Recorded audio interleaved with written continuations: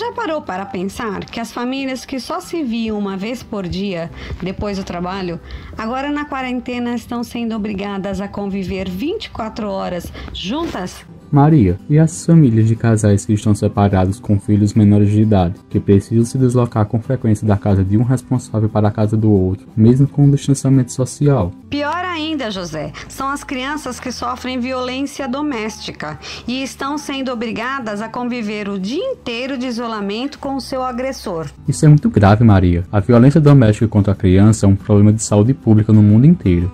Esse isolamento social obrigou todo mundo a descobrir um novo jeito de se relacionar e conviver, porque cada minuto ao lado da família passou a ser um desafio. De repente, a casa de muitas crianças passou a ser um lugar perigoso, porque não podemos ir à escola, aos parques, nem desabafar com os professores ou visitas em casa. Ô mãe, ô pai, falando em escola, eu preciso de ajuda de vocês com um exercício. Hoje a aula é pelo canal do Latix. Olha só! Oi, crianças! Hoje vamos aprender um pouco sobre um problema que aumentou durante esse isolamento social: a violência doméstica contra a criança. No mundo inteiro, a violência intrafamiliar contra a criança e o adolescente cresceu durante a quarentena. O convívio familiar por tanto tempo juntos favoreceu esse problema, porque diminuiu a rede de apoio para cuidar das crianças e aumentou a responsabilidade dos pais. É verdade, o bom convívio entre todos os familiares é uma das chaves para atravessar esse período de distanciamento social. A forma como os pais enfrentam o Covid-19 reflete diretamente no comportamento dos filhos, porque a criança se espelha no comportamento e emoções que são expressados pela família para construir os seus próprios comportamentos e emoções. A saúde física e mental da criança depende da saúde física e mental dos pais. Um ambiente agressivo e desequilibrado facilita a ocorrência de violência e adoecimento. Por isso que os adultos precisam falar a verdade para as crianças sobre o novo coronavírus. A importância de manter o distanciamento social, usar máscaras e lavar as mãos. Explicar tudo de um jeito simples para que a criança entenda. Mãe, sempre que eu escuto vocês falando coisas negativas, vejo vocês com raiva, ansiedade, sem paciência, estressados. Eu fico triste e com mais medo. É normal que nesse momento a gente fique com dúvidas sobre o futuro, com medo da morte, da falta de dinheiro, de perder o emprego, de que a quarentena dure muito mais tempo. E muitas vezes a tentativa de fugir de todos esses problemas vem através da violência, descontando o estresse desses sentimentos e emoções nas pessoas da família que são mais vulneráveis, como as crianças. Eu acho que eu, o papai e a mamãe não estávamos preparados para ficar tanto tempo juntos em casa. Eu acho que eles ficam sem saber o que fazer para me manter ocupada e minha rotina é sempre diferente da rotina deles. Maria, o que você acha da gente montar e seguir uma nova rotina? Procurar alguns momentos do dia para desenvolver brincadeiras que gastam a energia das crianças. Pintar, cantar, dançar, ler ou assistir algo juntos. Boa ideia, José. Isso vai criar momentos de alegria e diversão em família e organiza nosso cuidado com as nossas crianças e conosco. Violência é o uso de força ou poder contra si mesmo ou contra outras pessoas, que provoque perdas, morte, lesões físicas, psicológicas, emocionais ou espirituais. A violência doméstica contra as crianças acontece dentro da própria família durante o dia a dia. A violência doméstica contra crianças pode ser provocado pelo papai, pela mamãe, padrasto, pela madrasta, irmão ou irmão, tio ou tia, avó e avô, cuidadores. Muitos fatores de risco para a violência contra a criança estão cada vez mais presentes no dia a dia das famílias durante essa quarentena, como o desemprego, as dificuldades econômicas, o convívio com as crianças por longos períodos de tempo. A violência doméstica contra a criança pode ser do tipo física, psicológica, sexual ou negligência. A violência física é quando me beliscam, puxam meu cabelo, me batem, me dão castigo físico, me colocam para fazer tarefas domésticas de adulto. A violência sexual acontece quando tocam meu corpo sem a minha permissão, quando me beijam ou me abraçam à força. A violência psicológica acontece quando me gritam, me humilham, me chamam palavrões, não escutam minha opinião, dizem que não vou conseguir, cobram demais de mim.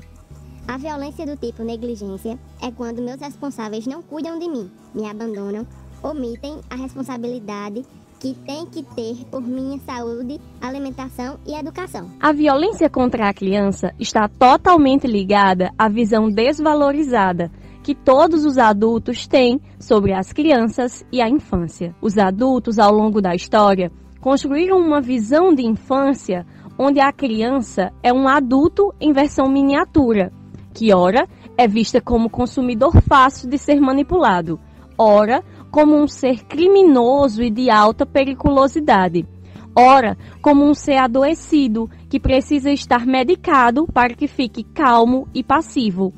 Essa visão errada sobre a infância tira da criança o direito de protagonismo infantil, de ser ouvida nas decisões relacionadas à sua vida e fere os direitos humanos da criança. Os pais e familiares justificam seus comportamentos violentos como uma estratégia para educar e disciplinar as crianças, esperando a obediência delas. Mas a violência não gera obediência, gera sentimentos ruins e mais violência, porque a criança começa a acreditar que a violência é o caminho para resolver os problemas. A criança tem dificuldade em contar para alguém que foi vítima de violência, porque devido ao trauma e à sua personalidade ainda ser imatura, ela acha que ela é culpada por ter sofrido a violência.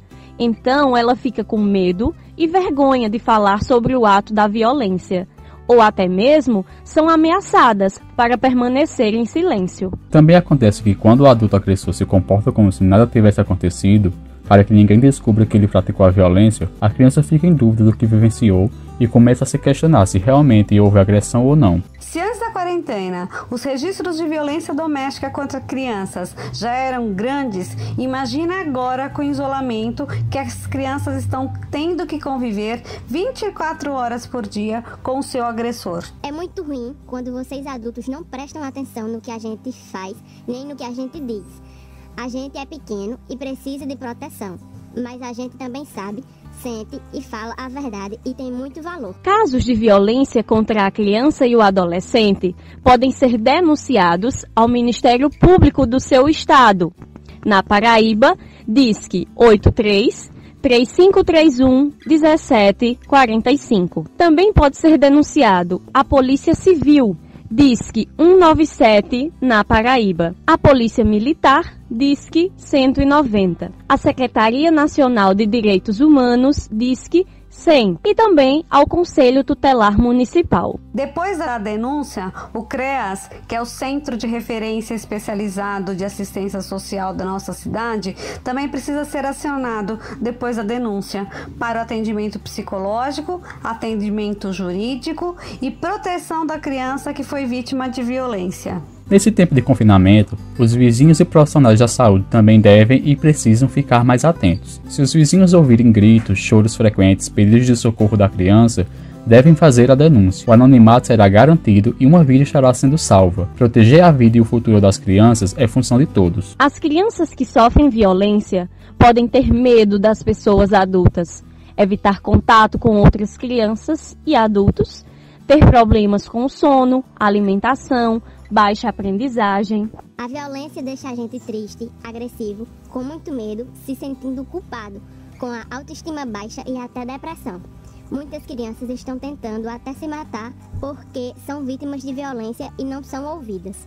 É sempre bom lembrar que escolher educar as crianças sem violência não quer dizer que as crianças não terão que cumprir regras, ou que não terão limites, ou que farão tudo o que quiserem. Que tal aproveitar o tempo em casa para desenvolver em família atividades de autoconhecimento, para reconhecerem como as emoções os afetam e ficarem preparados para essas situações? Que tal também procurar novos hobbies, como artesanato, pintura, culinária, maquiagem, qualquer atividade que faça vocês se sentirem bem? Mamãe, papai, por favor, Promete que sempre vai me proteger e que nunca vai machucar meu corpo nem minha mente? Eu não penso como um adulto, mas se vocês me apoiarem e me entenderem, eu posso ganhar muita habilidade e resolver muitos problemas sozinha. Pais conscientes sabem que educar não é tarefa fácil.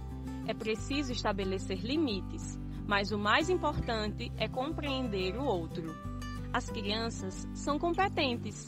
Elas são diferentes dos adultos, mas não são inferiores. É preciso escutar antes de partir para a agressão. Por mais desconcertante que a situação seja, a criança ela deve ser ouvida e jamais ignorada. É preciso ser realista e esperar em cada situação o que é possível de ser feito.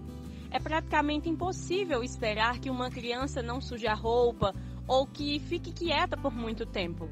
E como diz Thomas Gordon, quando os conflitos se resolvem de forma que ninguém perde, as relações se fortalecem.